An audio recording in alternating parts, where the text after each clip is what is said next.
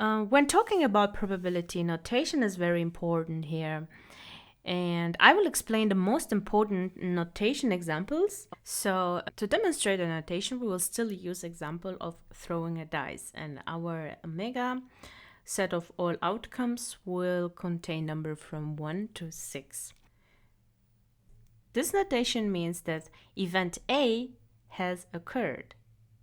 So to give you an example, let's say the event A in this case is getting number 1.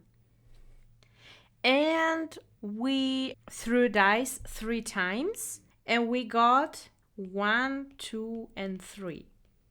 So since 1 is one of the numbers that we got in an outcome while throwing the dice, we can say that event A occurred.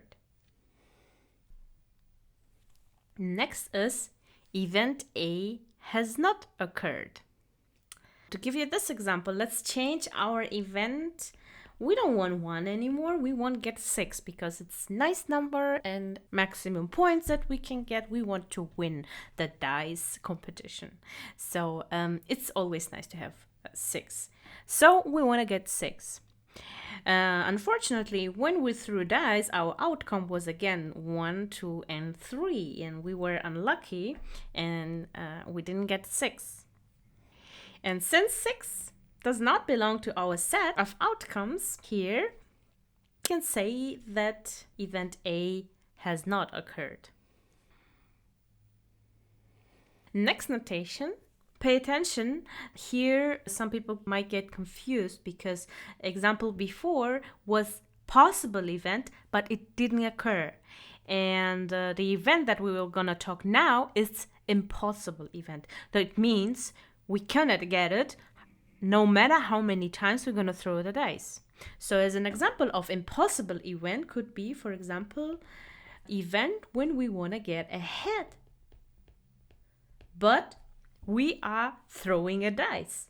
So no matter what we do, we can try it million times, trillion times, but we will not get ahead because it just simply doesn't exist in our set of outcomes. That's why it's impossible event. And the probability of impossible event is 0. And on the other hand, we can have a certain event. For example, event A is getting numbers from 1 to 6. So if we get any number from 1 to 6, we are fine. And it's equal to our big omega.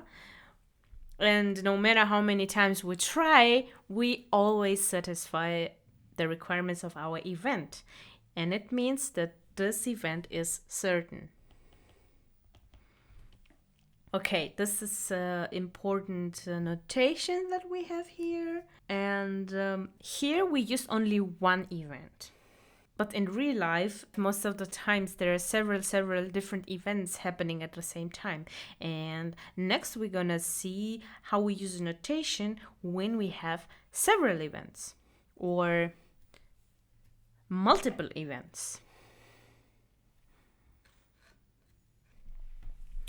So for this example, to show you the notation and that you will not get confused, for this example, we will use A as a simple event, getting a 4, B as event of getting even number, which is 2, 4, and 6, and C will be event of getting odd number, 1, 3, and 5. And I will use this pre-saved settings. The first notation is event A and B have occurred. If you look closely, for example, we threw the dice and we got 4. And you can see we have both 4 here and here. It means A and B both occurred. We are fulfilling both events that we have. We have 4 and we have an even number. It means that A and B occurred. And this shows us event C and B has nothing in common. So they're mutually exclusive. It means we cannot get at the same time even and odd number. It should be either even or odd. And that's why it's impossible outcome, or these two events are mutually exclusive. This is not possible to get them at the same time. And this sign here, if we read this one and this one we read as or. So it means that event A or C has occurred. So we want to get 4 or we want to get odd number. It means that our outcome set for this particular example will be 1, 3, 5, and 4. Because we want to get either odd number or 4. We are happy to get any of these combinations. And the final example is we want to get even or odd number. If you look closely here, if we get even or odd number, then our set of outcomes for this particular event will be 1, 3, 5, and 2, 4, 6. In other hand, it's all numbers we have here, and it means it's certain event. So no matter what we do, we will get either odd or even number.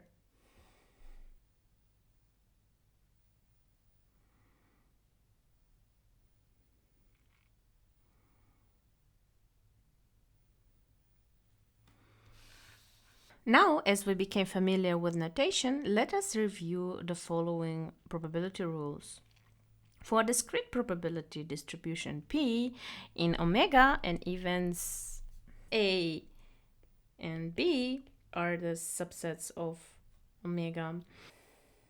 First rule will be that P of A will be non-negative, as we saw in the previous slides.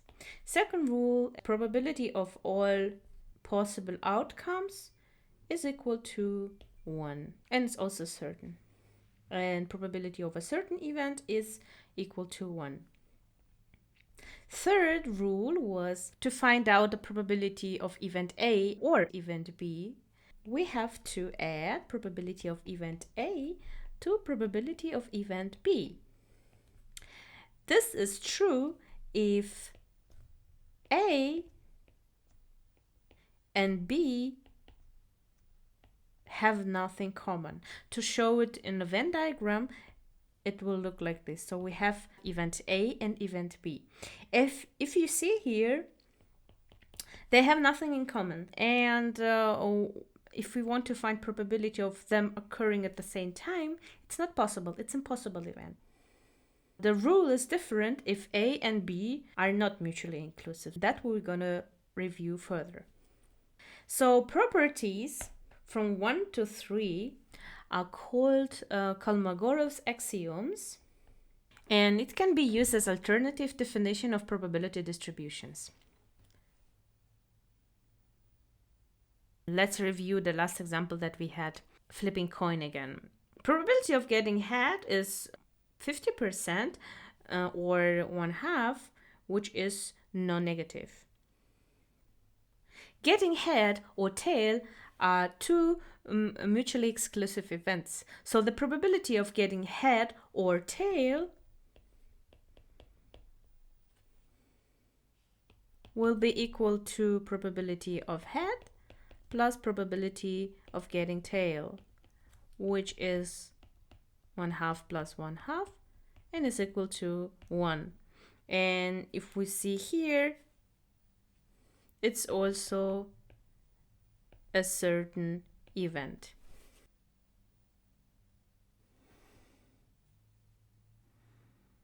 So we move to the next property. Next property will be for all events that are subset of omega. So this symbol here, we read it as subset.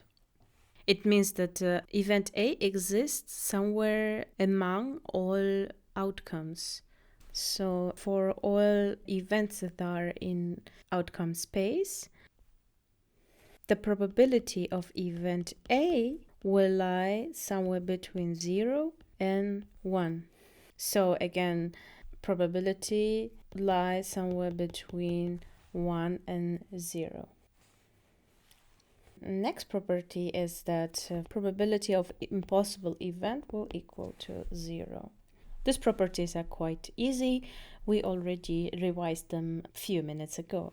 Next one, if event A is subset of event B, then the probability of event A will be always less or equal to probability of event B. So let's have a look at an example. Again, our favorite example, rolling the dice. And let's say that we have two events, A and B. So event A is getting number 6.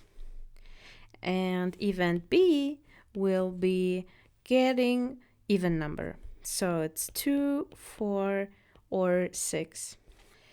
And event A is a subset of event B because it's included in it, so it's a part of it.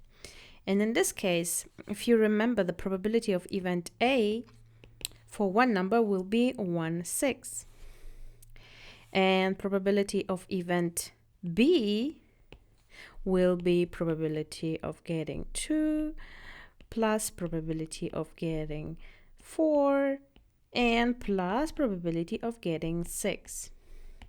So it will be 1/6 plus 1/6 plus 1/6, 3/6, or 1/2. And definitely, if we look at these two fractions, this one and this one, it is clear that 1/6 is less than 3/6. So this was an example of this property here. Next property of probability. So we're familiar with probability of event A happening, but what if we want to know the opposite, the probability of event A not happening? In this case, since we know that probability lies somewhere around 1 and 0, we can subtract from 1 probability of A, and then we get the probability of event A not happening. I think it's quite clear here. And finally, the next important rule that we want to see, if we have two events that are subsets of omega, probability of events A or B happening will equal to probability of event A plus probability of event B minus probability of event A and B happening together. So here, to make it more clear, I will draw a Venn diagram. So this is our omega, set of all possible outcomes. And we have two events in this space. Event A and event B. So what we are interested, we are interested in this area because we want to know the probability of event A or B happening. If we add these two together, and this intersection will occur 2 times in our addition. So if we add this event and this event together, our probability will include this section 2 times. In order not to have it 2 times, we just subtract it. So by adding probability of A and B together and subtracting intersection once, we will get all this area as a probability A or B. So these are the main rules and properties of probability. There are more. You can also look it up in the literature, in the books, but these are the most important ones that you have to remember.